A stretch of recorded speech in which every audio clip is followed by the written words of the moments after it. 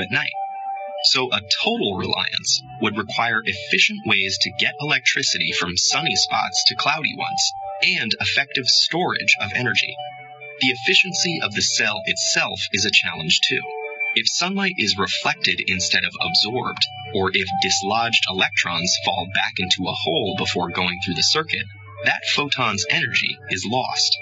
The most efficient solar cell yet still only converts 46% of the available sunlight to electricity, and most commercial systems are currently 15 to 20% efficient.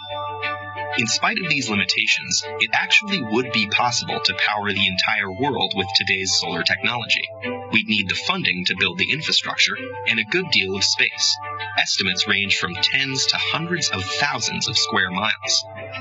Which seems like a lot, but the Sahara Desert alone is over 3 million square miles in area.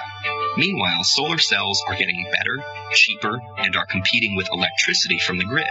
And innovations like floating solar farms may change the landscape entirely. Thought experiments aside, there's the fact that over 1 billion people don't have access to a reliable electric grid, especially in developing countries, many of which are sunny. So in places like that, solar energy is already much cheaper and safer than available alternatives like kerosene.